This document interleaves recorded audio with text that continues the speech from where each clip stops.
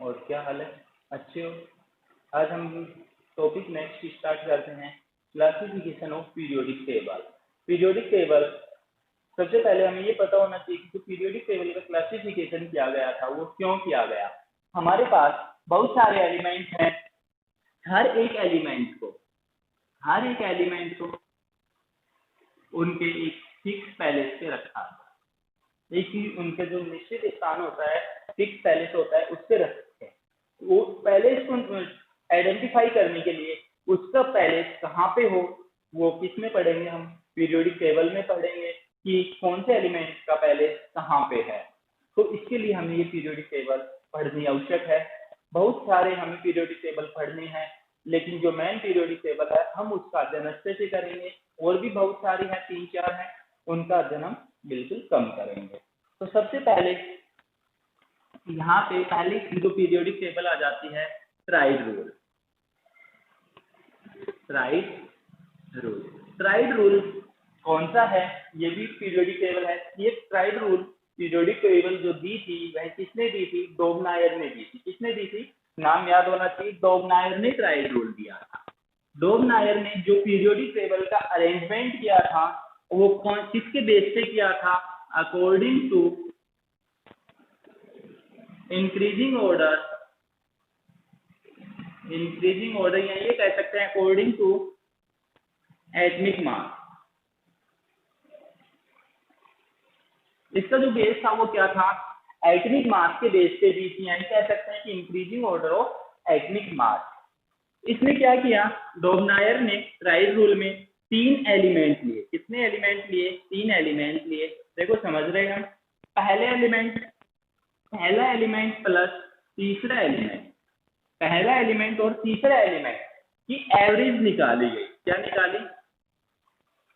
Average निकाली गई। उसका जो एटमिक मास था, पहले एटम का एटमिक मास तीसरे एटम के एटमिक मास की एवरेज किसके इक्वल होगी? इक्वल टू सेकंड एटम के एटमिक मास के बराबर होगी। मतलब पहले और तीसरे की जो एवरेज आएगी एटमिक मास की, वो किसके बराबर है? दूसरे के बराबर होगी। एग्जाम्पल, लिथियम, सोडियम और पोटेशियम। अब लिथियम का जो एटमिक मास होता है वो कितना होता है? 7 होता है। पोटेशियम का 39 होता है। अब सोडियम का एटमिक मास कितना होगा? तो इसकी एवरेज निकाली गई, 7 + 39 अपॉन 2 कितना आया? 46 अपॉन 2 = 23। तो सोडियम को यहाँ पे रख दिया गया। इनका एटमिक मास का एवरेज किसके बराबर है? सोडियम के बराबर है। तो सोडियम को दूसरे नंबर पे या इनके बीच में रख दिया गया। तो ये है ट्राइड रूल। ट्राइड रूल आपको अच्छे से याद हो गया होगा क्या कह रहे हैं, ट्राइड रूल। अब इसके बाद दूसरा जो रूल आता है पीरियोडिक टेबल का, वो है ओक्टेल रूल। कौन सा है? ओक्टेल रूल। ओक्टेल रूल, ओक्टेल का मतलब ही क्या है? 8।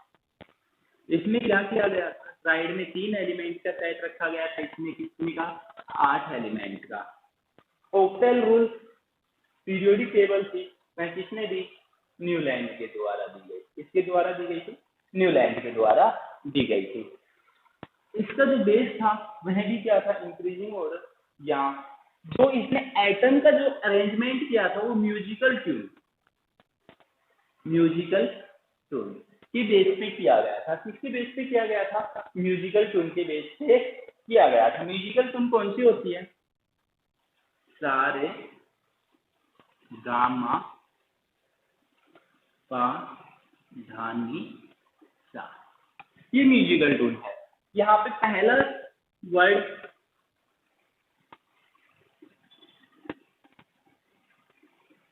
8वें वर्ड के इक्वल आ रहा है। पहला और 8वां दोनों क्या आ रहे हैं? सा आ रहे हैं। पहला और 8वां क्या आ रहे हैं? सा है, 8वां भी सा है। तो पहले एलिमेंट को और 8वें एलिमेंट को सेम ग्रुप में रखा। फर्स्ट एलिमेंट को, first and 8th element put in same group. पहले और 8वें एलिमेंट को कहाँ पे रखा गया? सेम ग्रुप में रखा गया। बड़े अच्छे से अरेंजमेंट किया था इसने। अब इसकी जो लिमिटेशन आ रही है कौन सी आ रही है, इसके टाइम बहुत ही कम एलिमेंट्स की डिस्कवरी हुई, इसके टाइम बहुत ही कम एलिमेंट्स की डिस्कवरी हुई थी, उन एलिमेंट्स को तो इसने पीरियोडिक टेबल में अरेंजमेंट कर दिया। एक पॉइंट होगा कि जो भी एलिमेंट थे उसने पीरियोडिक टेबल में इनको अरेंजमेंट कर दिया, लेकिन न्यू एलिमेंट के लिए इसने पहले से नहीं छोड़ा। जो नए एलिमेंट डिस्कवर होने थे उनके लिए इसने कोई भी स्थान अपनी पीरियोडिक टेबल में नहीं छोड़ा। तो एक लिमिटेशन हो गई। दूसरी लिमिटेशन, आइसोटोप के लिए भी स्थान नहीं था और आइसोबार के लिए भी, आइसोटोप जो थे उनका भी पहले से डिसाइड नहीं कर पाया। हाइड्रोजन के लिए भी इसने कोई स्थान नहीं छोड़ा, हाइड्रोजन के लिए भी कोई पहले से इसने नहीं छोड़ा। तो ये ओक्टेल रूल था। इसके बाद नेक्स्ट जो पीरियोडिक टेबल है वो है मैंडलिस पीरियोडिक टेबल। किसकी है? Mendeleev's periodic table. Mendeleev's periodic table. Mendeleev's periodic table, यहाँ पे मैंडलिस पीरियोडिक टेबल इसे कहा जाता है फादर ऑफ पीरियोडिक टेबल। क्या कहा जाता है? Father of periodic table. इसका जो प्रिंसिपल था, यहाँ पे हमें इसका प्रिंसिपल याद करना है। इसने अरेंजमेंट कैसे किया था? According to increasing order of atomic mass. इसके अकॉर्डिंग इसने एटम को अरेंजमेंट किया था, या ये कह सकते हैं कि atom arrange according to increasing order of atomic mass. जो एलिमेंट इसने अरेंज किए थे वो किसके बेस पे किए थे? इंक्रीजिंग ऑर्डर ऑफ एटमिक मास के बेस से इसने इंक्रीज किए। प्लस में इसने सेम प्रॉपर्टी, जिन एलिमेंट की सेम प्रॉपर्टी थी उनको सेम ग्रुप में रखा, सेम ग्रुप। जिन एलिमेंट की सेम प्रॉपर्टी थी उनको कहां पे रखा? सेम ग्रुप में। जिनकी सिमिलर थी, थोड़ी बहुत मिलती जुलती थी, उनको नेक्स्ट ग्रुप में रखा गया था। उसको कौन से ग्रुप में रखा? नेक्स्ट ग्रुप में। सबसे अच्छी जो बात आती है, इसने क्या करवाया? कंपाउंड का फॉर्मेशन किया, रिएक्ट ऑल एलिमेंट्स की हाइड्रोजन एंड ऑक्सीजन से। किससे रिएक्शन की? हाइड्रोजन एंड ऑक्सीजन से। And formation hydride and oxide. और किसका फॉर्मेशन किया? उन एलिमेंट्स के हाइड्राइड और ऑक्साइड का फॉर्मेशन किया। अब इन हाइड्राइड और ऑक्साइड से हमें पता चलता है कि इनकी प्रॉपर्टी सेम है या डिफरेंट है। इनकी प्रॉपर्टी सेम है या डिफरेंट है। अब इनकी हम एक दो ऑर्डर पढ़ते हैं, 96, ज्यादा नहीं पढ़नी है, जो अच्छे से एक्सप्लेन पढ़ेंगे हम मॉडर्न पीरियोडिक टेबल का पढ़ेंगे। जैसे लिथियम, इनकी हाइड्रोजन से रिएक्शन करवाई, इनकी हाइड्रोजन से रिएक्शन करवाई सभी एलिमेंट्स की। तो यहाँ पे जो हाइड्राइड प्राप्त हुए वो हुए LiH, यहाँ पे NaH, यहाँ पे KH, RbH, CSH और FrH।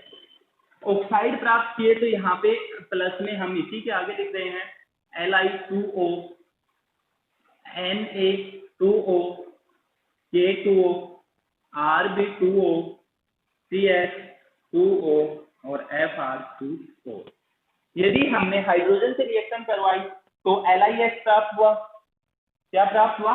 LiH प्राप्त हुआ। यदि ऑक्सीजन से रिएक्शन करवाई तो Li2O प्राप्त हुआ। तो इनमें जो भी हाइड्राइड है और ऑक्साइड है वो क्या है? सेम है। जो भी हाइड्राइड और ऑक्साइड है वो कैसे आ रहे हैं? सेम आ रहे हैं। सेम आने के कारण इनको कहां पे रखा गया? सेम ग्रुप में। अब इसके बाद जो नेक्स्ट ग्रुप आता है,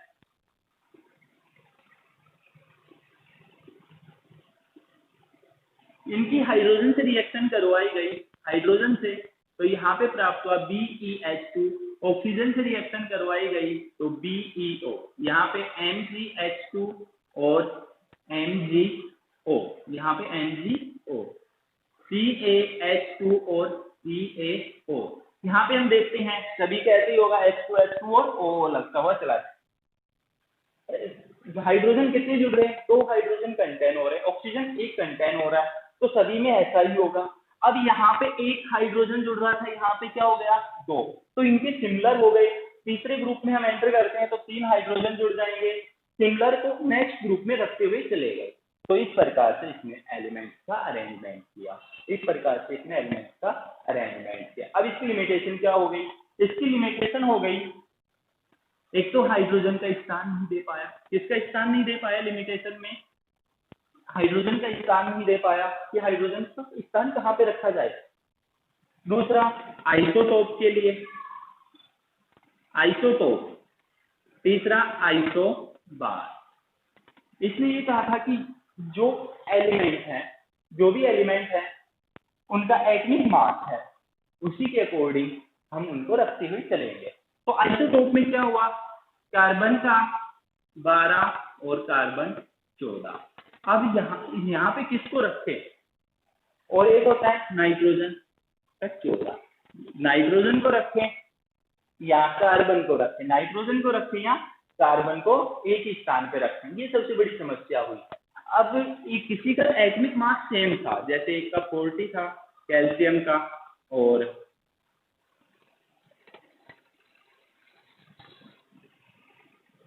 ऑर्गन का भी 40 था, तो इनको कौन से स्थान पे रखा जाए, ये समस्या हो गई।